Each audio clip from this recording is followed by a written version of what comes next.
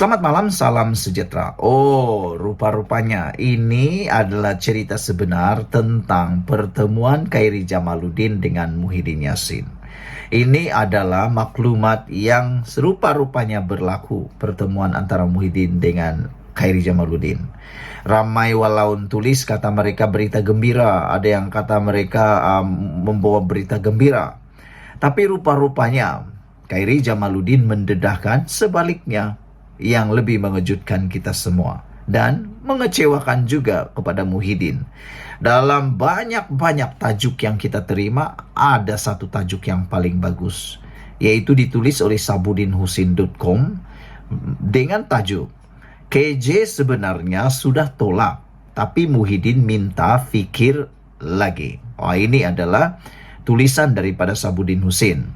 KJ sebenarnya sudah tolak untuk menyertai Parti Bersatu, tapi Muhyiddin minta untuk fikir lagi. Itu tajuk utama di sabudin.com.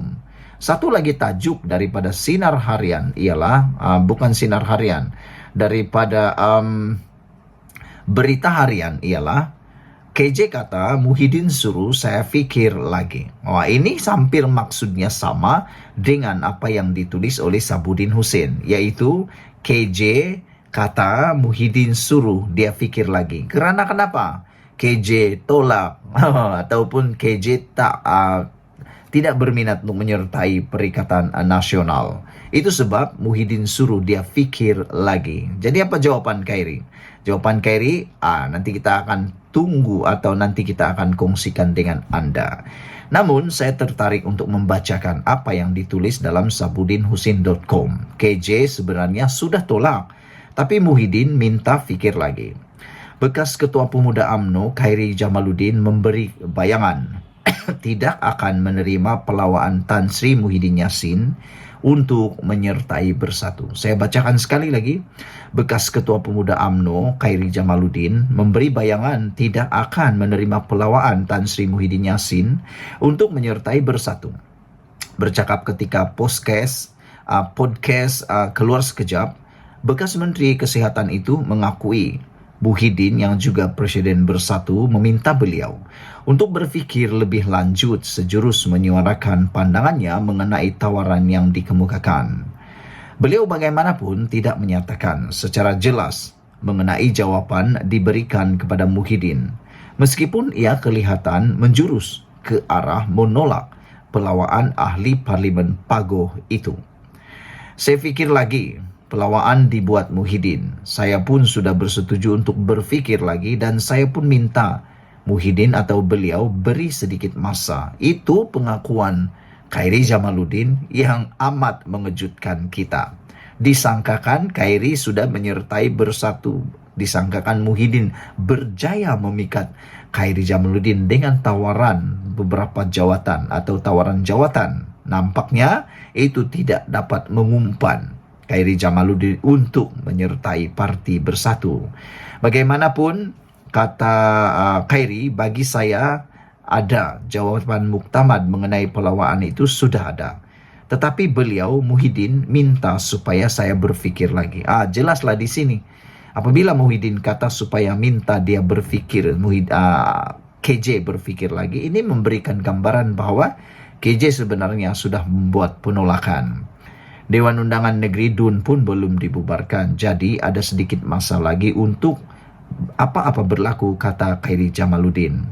Bagi saya, ada kata putus. Tetapi apabila pemimpin yang saya sanjungi minta saya fikirkan lagi, kita fikir lagi lah, katanya kepada bekas yang juga bekas Menteri Belia dan Sukan. Semalam, sumber Perikatan Nasional PN memaklumkan Khairi Jamaluddin tidak akan menyertai mana-mana parti politik termasuk Bersatu maupun menubuhkan parti baru dalam waktu terdekat.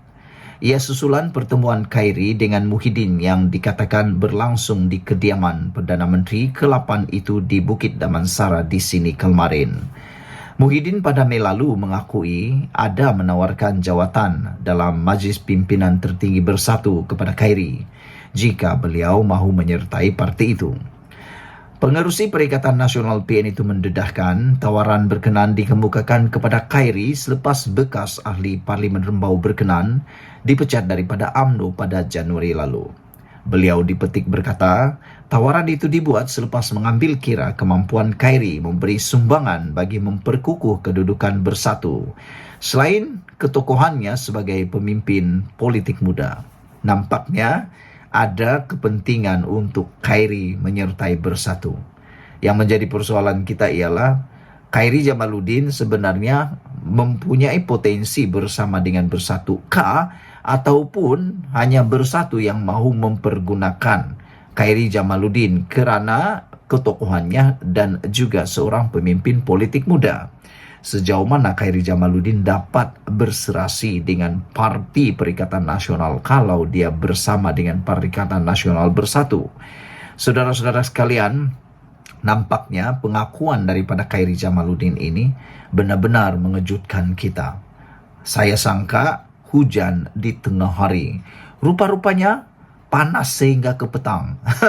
Saya ingat selepas Khairi Jamaluddin mengatakan bahawa hala tuju ekonomi Anwar Ibrahim, kerajaan perpaduan ini tidak ada hala tuju dan seakan-akan cuba menyerang, mengecam Anwar Ibrahim. Dan Khairi juga kata Anwar Ibrahim mempunyai masalah untuk menarik sokongan orang Melayu, dan dia juga kata bahawa bukan gelombang hijau yang akan melanda tetapi tsunami tidak puas hati yang akan berlaku. Saya sangkakan Khairi Jamaluddin membuat kenyataan itu kerana sudah berminat dengan Muhyiddin Yassin. Rupa-rupanya pengakuan ini menolak sama sekali sangkaan saya bahawa Khairi akan menyertai Perikatan Nasional dan Bersatu. Nampaknya signal isyarat yang diberikan oleh bekas Ketua Pemuda UMNO ini, iaitu Khairi Jamaluddin, sebenarnya tidak lebih, tidak kurang memberi bayangan tidak akan menerima pelawaan Tan Sri Muhyiddin Yassin untuk menyertai Bersatu. Tetapi apa yang berlaku? Apa yang berlaku ialah beliau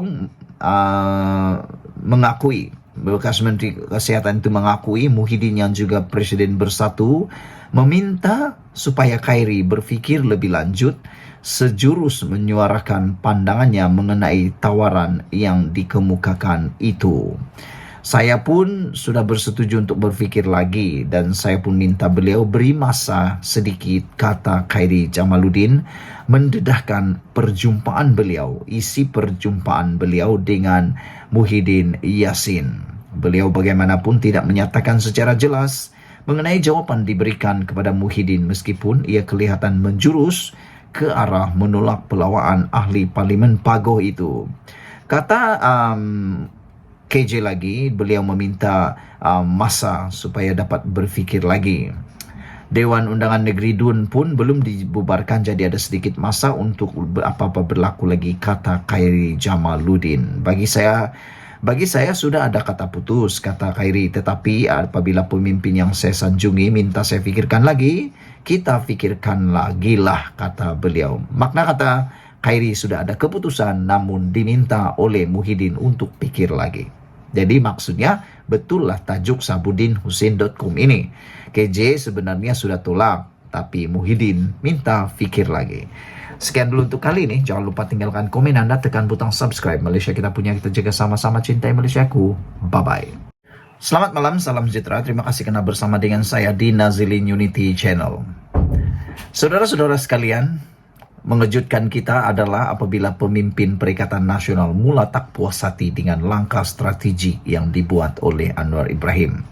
Ada yang mula kepanasan, ada yang mula tak suka, ada yang mula rasa bahawa strategi Anwar Ibrahim amat berkesan. Strategi Anwar Ibrahim amat membakar. Bahkan dapat membuatkan mereka akan kalah. Strategi Anwar Ibrahim bersifat serampang dua muka. Saya sebenarnya sangat suka dengan strategi Anwar Ibrahim yang dibuat oleh beliau sekarang ini. Apabila Anwar Ibrahim tahu di mana titik yang perlu beliau ambil, permulaan yang perlu tepat, sasaran yang tepat. Jadi boleh anggap Anwar Ibrahim ini adalah perancang strategi yang luar biasa. Jadi itu sebab Anwar Ibrahim memang layak diangkat dahulu sebagai Menteri Keuangan terbaik Asia. Selain itu mungkin pada waktu ini boleh dianggap seperti itu karena kita tahu pemulihan ekonomi Malaysia jauh lebih baik, lebih tinggi daripada negeri-negeri yang tertentu atau negara-negara yang tertentu, maafkan saya. Antara langkah strategi yang telah diambil oleh Anwar Ibrahim yang pada pendapat saya tak pernah diambil oleh mana-mana Perdana Menteri sebelum ini, karena mungkin rasa takut, tak boleh bercakap, tak boleh memberikan fakta, takut nanti disoal pula, terutamanya pemimpin kerajaan yang tak dapat berdebat langsung. Saya fikir ada seorang bekas Perdana Menteri yang tak pernah berdebat, yaitu Muhyiddin Yassin. Bahkan ada banyak kali dalam media sosial mengatakan Muhyiddin Yassin sebenarnya tidak berapa gemar untuk muncul secara live karena beliau tidak biasa berhadapan dengan media. Selain itu, dia tidak biasa untuk disoal. Dan ada juga mengatakan bahwa Muhyiddin Yassin tidak suka membuat sidang media yang melibatkan media dan pertanyaan atau sesi soal jawab. Tapi Anwar Ibrahim yang dia lakukan ialah dia bertemu dengan orang-orang bijak pandai yang ada di Malaysia. Mana tempatnya bijak pandai ini? Di university. Anda tahu, yang masuk university itu ialah golongan bijak pandai, golongan-golongan yang memang pemikir. Oleh sebab itu Anwar Ibrahim suka masuk ke university untuk membuat jelajah, bukan sekadar menyebarkan perkara yang sepatutnya mereka perlu dengar dan tahu, tapi Anwar Ibrahim juga memberikan penerangan-penerangan yang hebat berkaitan dengan kemelut yang melanda kerajaan, bukan sekadar politik.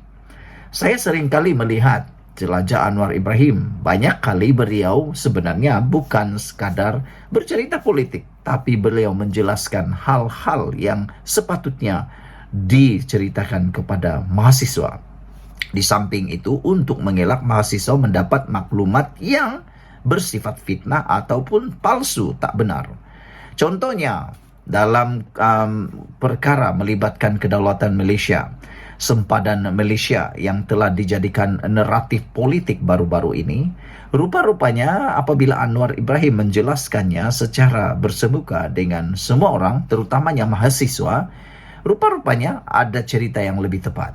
Jadi itu lebih baik kita dengar. Tapi biasalah, musuh-musuh politik Anwar mula tidak suka dengan langkah strategi luar biasa yang diambil oleh Anwar Ibrahim ini, yaitu bertemu dengan pelajar-pelajar bijaksana, pelajar-pelajar di university, dengan membuat berbagai alasan pula. Antaranya, ada pemimpin Perikatan Nasional yang mengatakan Anwar Ibrahim perlu menghentikan lawatan ke university dan perlu fokus pemulihan ekonomi. Saya sebenarnya masih memikir sejak dari petang tadi saya baca berita ini daripada Malaysia Kini, saya berpikir apa kaitan lawatan Anwar Ibrahim dengan pemulihan ekonomi? Bagaimana lawatan Anwar Ibrahim ke universiti itu boleh menyebabkan pemulihan ekonomi terencang? Saya tidak boleh melihat langsung perkaitannya, kerana Anwar Ibrahim walaupun dia membuat lawatan ke universiti, dia masih melaksanakan tanggungjawab dan kerjanya sebagai Perdana Menteri dan juga Menteri Keuangan untuk pemulihan ekonomi. Lagi pula ada menteri-menteri di bawah beliau itu yang bekerja. Dan kita tahu Anwar Ibrahim ini bukan seperti Perdana Menteri yang lain. Beliau seorang yang hardworking. Kadang-kadang kita hairan. 2 jam yang lepas dia ada di Kedah, 2 jam lagi dia ada di Johor, 2 jam lagi dia ada di Kuala Lumpur, 2 jam lagi dia ada di Turki, 2 jam lagi dia ada di China, 2 jam lagi dia ada di Parlimen. Ini kehebatan Anwar Ibrahim. Dia tak mahu ponteng, dia tak pernah ponteng. Lainlah pemimpin yang lain, pergi ke Parlimen pun ponteng-pontengkan. Tak tahulah apa alasan mereka, tapi ada pemimpin pembangkang ni yang dah banyak kali dah tak masuk Parlimen, tak datang Parlimen. Itu yang perlu dipersoalkan, bukan lawatan Anwar Ibrahim ke universiti ini yang perlu dipersoalkan. Saya tak setuju apabila pemimpin ini kata hentikan lawatan ke universiti, fokus pemulihan ekonomi. Saya pikir ini sekadar satu perasaan risau dan takut kerana Anwar Ibrahim sedang membawa gelombang muda. Kalau Karti Pembangkang membawa gelombang hijau, Anwar Ibrahim membawa gelombang muda. Dia tahu titik untuk mendapat kepercayaan yang paling bagus ialah melalui golongan muda. Lagi pula golongan muda ini amat progresif, aktif, dinamik, kreatif, dan mempunyai pemikiran yang terbuka. Minda mereka amat terbuka. Seorang ahli Parlimen Perikatan Nasional menggesa Perdana Menteri Anwar Ibrahim supaya menumpukan sepenuh perhatian ke arah menangani kesusahan rakyat dan ekonomi negara daripada membuat lawatan ke kampus untuk bertemu pelajar. Ahli Parlimen PAS mewakili Besut iaitu Cik Muhammad Zulkifli Jusso berkata sesi perjumpaan Anwar dengan pelajar universiti boleh dilihat sebagai program kempen politik secara terbuka di universiti yang bertujuan untuk mempengaruhi undi anak muda menjelang pilihan raya negeri tidak lama lagi. Pengundi muda turut merasai kesusahan yang dilalui keluarga mereka.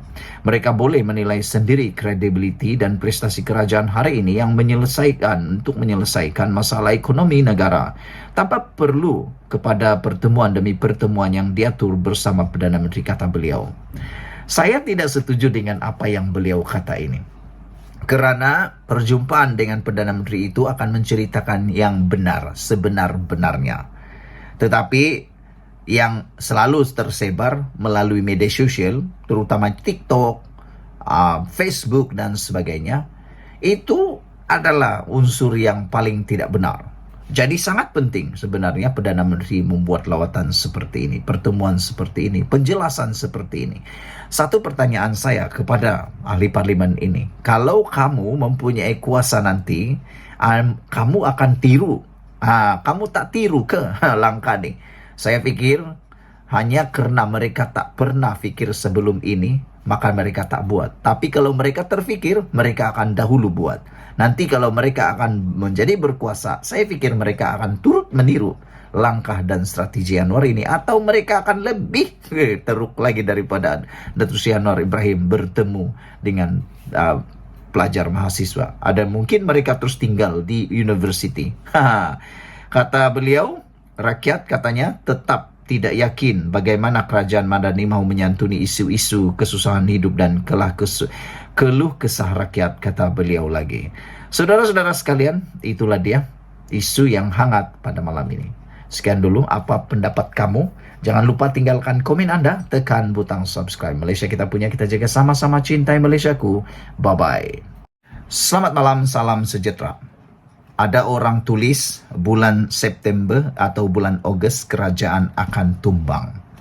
Apa alasannya? Kita pun tak berapa pasti. Yang pastinya persoalan ini timbul. Mungkinkah kerajaan bertukar lagi selepas PRN?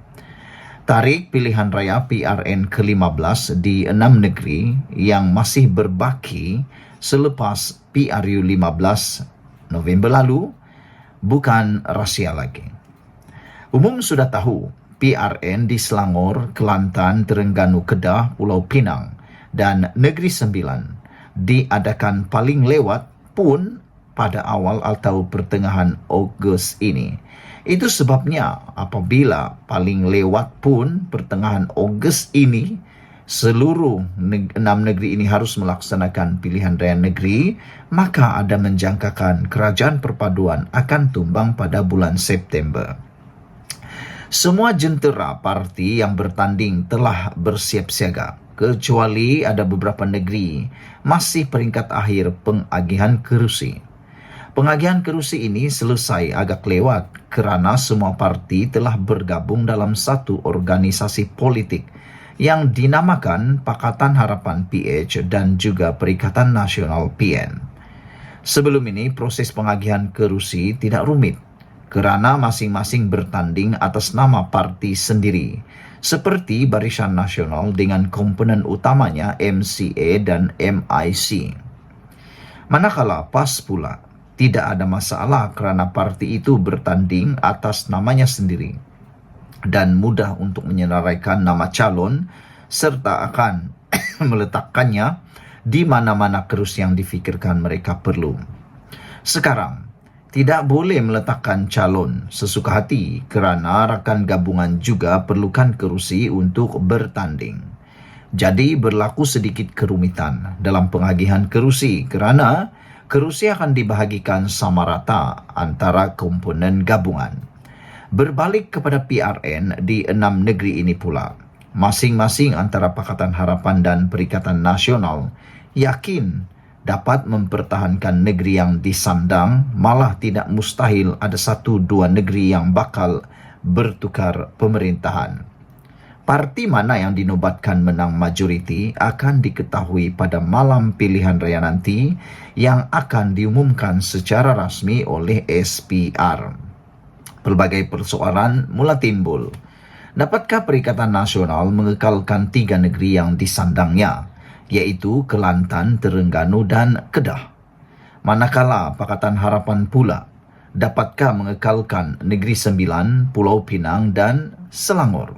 Jadi maknanya 3 lawan 3. Siapa yang akan lebih hebat? Senario PRU 15 pada 19 November lalu menjadi kayu ukur kepada pengundi. Sama ada hendak mengekalkan negeri yang diperintah oleh PN dan PH atau mereka merasakan patut ditukar kepada kepimpinan baharu. Semuanya terpulang kepada pengundi kerana mereka yang akan menentukan nasib negeri mereka diperintah oleh siapa. Antara negeri yang selesai menjalani proses pilihan raya negeri ialah Melaka pada 20 November 2021, Johor pada 12 Mac 2022 dan Perlis, Perak dan Pahang pada 19 November 2022. Daripada 5 negeri yang telah selesai ini, 4 dimenangi Barisan Nasional PH, iaitu Melaka, Johor, Perak dan Pahang. Manakala Perlis dimenangi Parti Perikatan Nasional PN. Di sini menyaksikan BNPH sudah mendahului 4-1, tidak termasuk Kelantan, Terengganu dan Kedah yang dimenangi PN pada PRU 14 tahun 2018. Yang pasti sebelum akhir bulan ini, 6 negeri yang terbubar secara otomatik walaupun sudah ada yang mengumumkan pembubaran DUN pada 22, 23 dan 27 Jun ini. Di peringkat Kerajaan Persekutuan, PH sudah menang selesai dan dengan lebih 2/3 majoriti apabila gabungan 19 parti berjaya membentuk kerajaan perpaduan pada 24 November tahun lalu. Tinggal lagi sejauh mana Perikatan Nasional yang dibarisi Parti PAS, Bersatu dan Gerakan dapat menafikan kemenangan PH itu di peringkat negeri. Di Semenanjung, ada sebanyak 11 negeri yang terlibat dalam pilihan raya. Setakat ini, 5 negeri sudah selesai. Tinggal lagi 6 negeri yang bakal menentukan nasib Pakatan Harapan dan Perikatan Nasional. Jika Perikatan Nasional berjaya kekalkan 3 negeri yang dimenanginya pada PRU 14 yang lalu, dalam PRN 15 Ogos ini, parti itu kekal sebagai pembangkang sehingga tempoh akhir PRU 15 pada 2027. Tetapi jika Perikatan Nasional berjaya merampas 2 atau 3 lagi negeri pada Ogos ini, tidak mustahil ianya akan menggugat pentadbiran Pakatan Harapan di peringkat pusat. Ia umpama seorang bapa mempunyai 11 anak, dengan 6 daripadanya anak tiri berlainan ibu lain. Sudah tentu kacau bilau keharmonian rumah tangganya. Sedangkan sesebuah kerajaan atau sesebuah keluarga memerlukan keharmonian, kesejahteraan hidup agar mudah ketua keluarga membina kehidupan yang baik, aman dan sentosa. Situasi ini yang mendebarkan sesetengah pemerhati politik. Ada yang meramalkan jika ia berlaku saling tidak tumpah suasana politik sama seperti sepanjang tempoh PRU 14 yang menyaksikan 3 kali pertukaran kerajaan dan pentadbiran atau pentadbiran. Mereka mengharapkan perkara itu tidak berulang lagi pada PRU 15, tetapi nampaknya ia semakin rumit kerana bila-bila masa akan berlaku lagi kerajaan tebuk atap.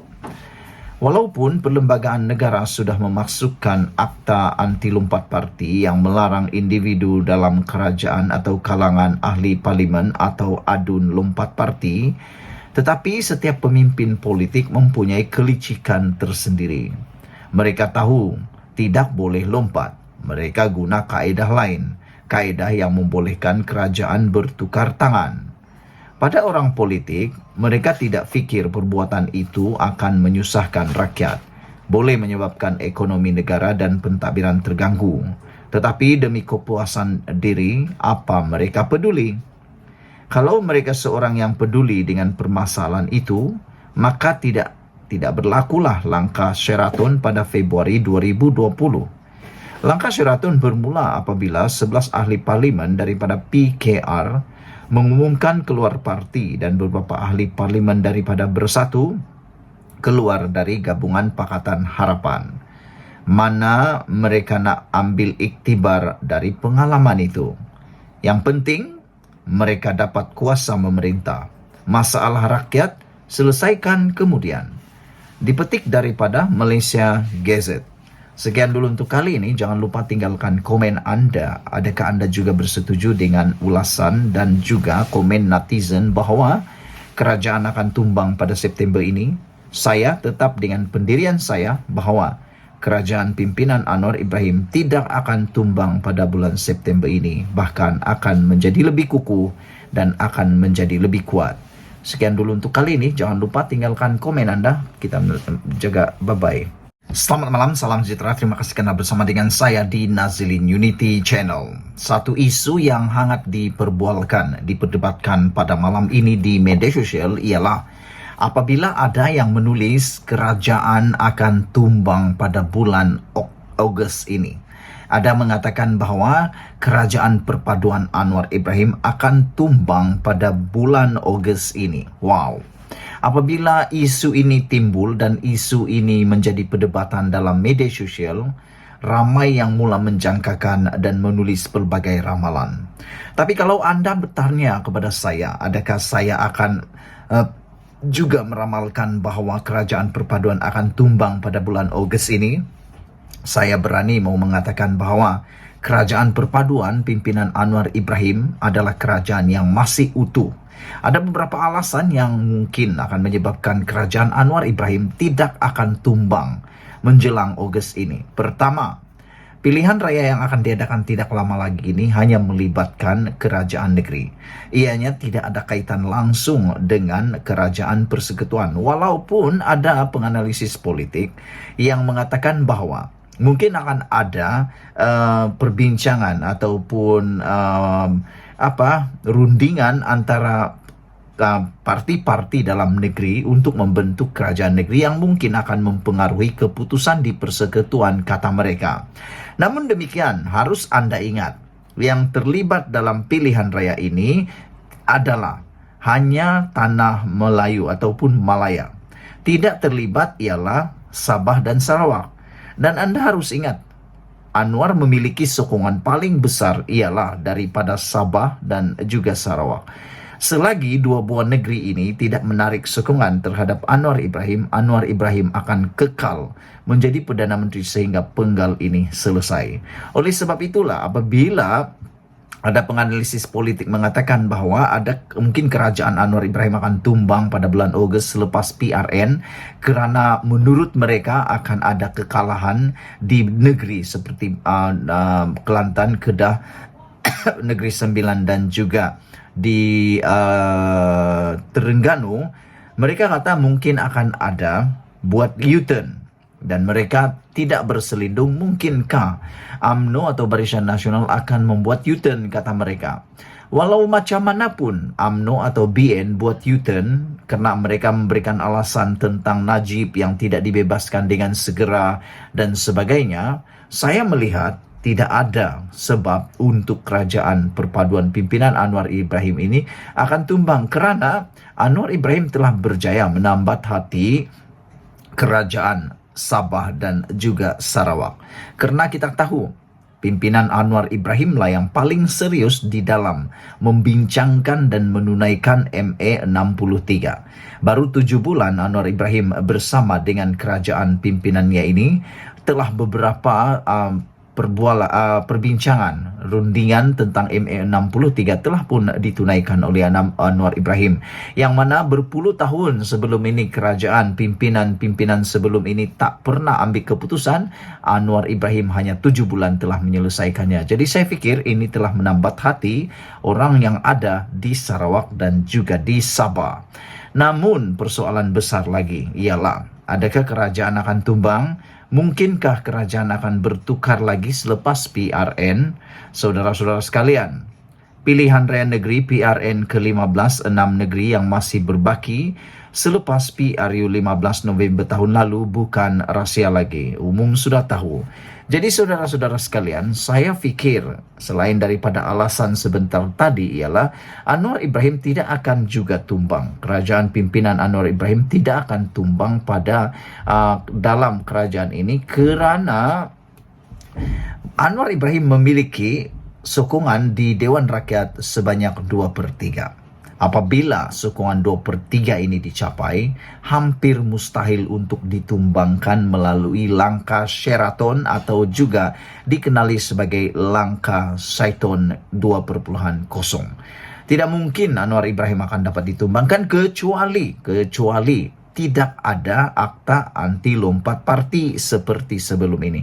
Tapi oleh kerana kerajaan yang ada sekarang ini telah pun melaksanakan, mewartakan akta undang-undang anti lompat parti, maka dengan itu hampir mustahil untuk melakukan lagi langkah Sheraton 2.0 kerana natijahnya amat besar. Dan saya fikir kalau tidak ada rang undang-undang anti lompat parti itu dikuatkuasakan, hari ini sudah kita akan melihat berpuluh-puluh katak sudah mula melompat. Berpuluh-puluh katak politik yang berhormat, yang tidak mempunyai maruah telah pun berlompat parti. Tapi oleh kerana adanya rang undang-undang lompat parti, dan kita salut kepada ahli politik kita kerana telah meluluskan penyelesaian kepada kemelut politik Malaysia ini, terutamanya rang undang-undang lompat parti ini, maka tidak ada lagi yang berani cuba-cuba untuk mengadu nasib untuk lompat parti. Karena mereka tahu kalau mereka lompat parti, mereka terpaksa letak jawatan, digugurkan jawatan sebagai ahli parlimen